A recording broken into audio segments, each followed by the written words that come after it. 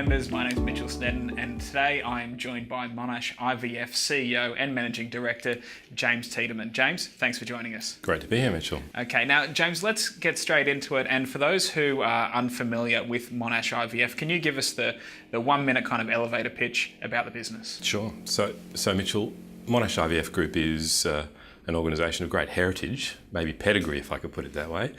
We've been providing fertility care and women's ultrasound services for in excess of 40 years now. And one of the great features of this organisation is we were there at the very conception of the industry. So in 1973, we were part of the team that achieved the world's first IVF pregnancy. And that pioneering spirit, that desire to deliver the best possible outcome to our patients has been there since day dot. Today, we deliver services across 40 locations in Australia and in Malaysia, and our service network includes both fertility care, so people might think about IVF, but also tertiary level women's ultrasound scanning. Excellent. And don't think it slipped me by there where you slotted in, we were right there at the conception. Well done. Now let's, James, take us through the life cycle of a customer. So someone who comes along to Monash IVF, and through to the end when they finally leave you guys. So 1 in 6 couples nowadays has a fertility issue or struggles to conceive. So it's a condition which is becoming quite pervasive across society. And there are a few reasons why that's occurring. Fundamentally, couples are leaving having children till later in life, and that's because we're staying in the education system longer, we're staying in the workforce longer, and by the time we get to starting a family, many of us are in our mid to late 30s. And the unfortunate reality is with fertility, particularly for women, fertility falls dramatically once a woman reaches her mid 30s. So what we do is we provide some options for patients who are dealing with subfertility or infertility issues. And essentially the way IVF works, Mitchell, and IVF is the primary treatment that the majority of our patients tend to use, is we take the conception process out of the body and move it into our laboratories. In fact, in vitro is Latin for in glass. And by taking the conception process out of the body into the laboratory, it means we have much more control over what happens between the sperm and the egg. And generally we have the capacity to deliver much better pregnancy outcomes than if we left the process up to Mother Nature. So in the simplest sense, what we do is we stimulate our patients' or woman's ovaries with some pharmacological agents. That allows us to generate more than one egg. So only a single egg is generated in normal ovulation. So we were able to generate more than one egg. We then harvest those eggs through a simple surgical procedure. We take the eggs into the laboratory, we mix them with the partner's sperm, and we typically try to grow anywhere between 5 and 10 embryos. We then transfer one of those embryos back into the womb on day 5 of development, something called blastocyst development, which is a technique we've become very competent at. And all going well, our patients then achieve a pregnancy, and in 9 months' time are holding a bouncing baby. And what's the success rate with this procedure? So success rates very much vary depending on the age of the patient. And as I touched on earlier, once a woman reaches her mid to late 30s, the chance of achieving a pregnancy does drop. So broadly speaking, a woman of 37, 38 years of age has a pregnancy success likelihood through IVF of about 35 to 40%. Now that success rate does drop once a patient moves into their 40s, particularly by their mid 40s. Okay, and so it sounds like an incredibly complicated procedure. What are the costs associated with this, and how does a patient pay? How much does Medicare cover? There is, as you've touched on, Mitchell, considerable technological requirement and skill by our embryologists, our doctors, our nursing staff. One of the great things here in Australia is we have the Medicare system, which does make a generous contribution to a range of different services, including IVF.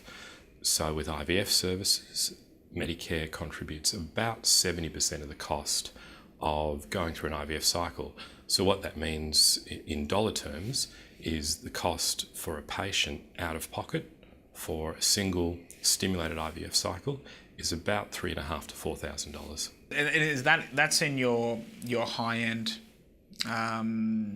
your high end model? You do have the cheaper model called Bump. Correct. And is it My IVF as well? That's right. What are the pricing levels there for it? What's it going to cost someone? So the price I've just shared with you, $3,500 to $4,000, is for our full service clinics, which represents the majority of our services across Australia. Our low intervention services, Bump and My IVF, the cost for patients is $1,500 to $2,000. And one of the reasons why we're able to deliver care and deliver treatment at that lower cost point is a few reasons. We use a lower stimulation regime in the treatment regime, which means we collect fewer eggs, which means fewer embryos, which means less work in the laboratory for our embryologists. We also have a rostered system for our doctors, so the patient doesn't have the option of their choice of doctor. And there are a few other bits and pieces in terms of reducing the cost for the patients. But importantly, those two services are still driven by the backdrop and our long history of delivering great care. And how important is that Medicare rebate for you guys? Say if that was to be altered, what are the risks associated in the regulatory space for you? If you look at total Medicare disbursements across the country, across all specialties, IVF and Medicare funding of IVF represents less than about 1.3, 1.4% of total disbursements. So our view is the risk that the federal government will specifically target IVF, we think is small. The reality is Medicare does make a strong contribution to make IVF more affordable for couples in Australia, but we think that is good economic judgment on the part of the government because it's helping populate this great country of ours. If, say, it was to be changed, or say if Australia was to go into a recession or some kind of economic downturn, would you see people putting off the IVF, or is this something that you find a lot of your patients that come to you when they make that decision to try for a baby and to go down the IVF route, they're going to do it no matter what? It is a very emotive decision to try for a family and to grow a family, if you will. We did see some changes to Medicare back in 2010. I'll spare you the finer detail, but essentially the result of those changes was that the out-of-pocket cost of going through an IVF cycle for patients doubled. So it went from about $1,000 to $2,000 out of pocket. We saw a short-term reduction in the number of patients pursuing and accessing treatment. But after about 6, maybe 9 months, that normalised and we moved back to those long-run trend growth rates of about 4%. Did you have Bump in My IVF then? We didn't know. At that stage, we were purely providing full-service IVF services. Now let's quickly talk about the sustainable level of IVF cycle growth. When you IPO'd, the cycle growth really did slow and dropped away quite considerably. It's now picked up again, and of course your share price has lifted in turn with it. What's a sustainable level for you guys, and what do you see going forward as well from this point on? So Mitchell, we do see these oscillations from time to time in demand for IVF services, and can be driven by things like general macroeconomic environment and consumer confidence. Fundamentally, though, the population and the female population in Australia is growing at about 1.5% to 2% per year. Couples are leaving having children till later in life, and that's driving demand for our services. The technology that we have access to and the benefit in terms of improved success rates is making IVF a better value proposition. So all those things lead to the fact that we see long-term growth rates sitting at about 3.5% to 4%. And that's been the case over the last several years. So we're pretty confident that moving forward, those long-term growth rates will continue and are sustainable. Okay, now talking about sustainability, let's look at your sustainable competitive edge. Why does someone come to Monash IVF over a Virtus or a primary healthcare or Genea as well? Sure. Well, we certainly have a long heritage of providing high quality care in the IVF space. We've been doing this for over 40 years. And there is a degree of credibility and track record that patients are looking for when entrusting an organisation with helping them start a family. So that's certainly one element. Our pregnancy success rates are amongst the best in Australia and indeed the world. So clearly one of the primary drivers that a couple considers when selecting an IVF unit is what the success rates of that IVF unit are. We have access to newer technologies such as something called pre-implantation genetic screening, which allows the embryo that's most likely to go through to a full-term pregnancy to be selected for our patients, and that's something that not all clinics have access to. And finally, our doctors and our embryologists and nurses have great reputations in the field.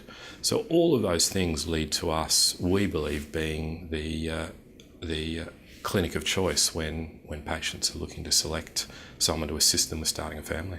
Speaking of your clinics and your embryologists, if we were sitting here this time last year, there would have been a pretty big ugly headline hanging over us that came out in the Fin Review talking about a petition that was signed by approximately, say, 1/3 of staff.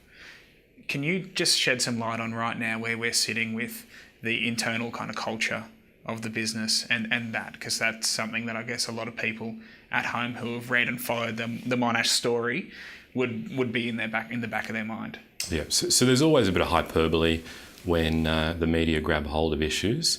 But suffice to say, I mean, the culture of the organisation has been very, very strong for the many years it's been operating.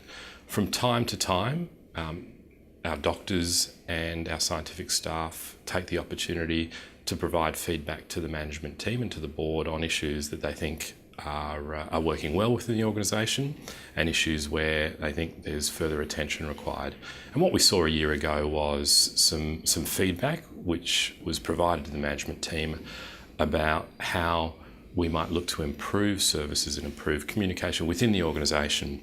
So I and the board and the management team took on board that feedback. We've since formed a couple of formal committees within the organisation to give the doctors and the embryology staff and the nursing staff the opportunity to feed directly and in a contemporary way through to management decision making. Suffice to say, all of the teams I think are working very well together, and we took that feedback on board from the staff and the doctors. Yeah, certainly not something to take lightly, and so that has been addressed, and sounds like it's going to be addressed on an ongoing basis. Well, it's critical as a multidisciplinary organisation. We are ensuring that when there are good ideas coming from the staff and the doctors, that we embrace those and look at propagating best-in-breed processes across the organisation. We now run in excess of 20 clinics across Australia and into Malaysia, and there are pockets of excellence in amongst our clinic network. And one of the features of the organisation is that we draw upon those pockets of excellence to continue to improve services for our patients.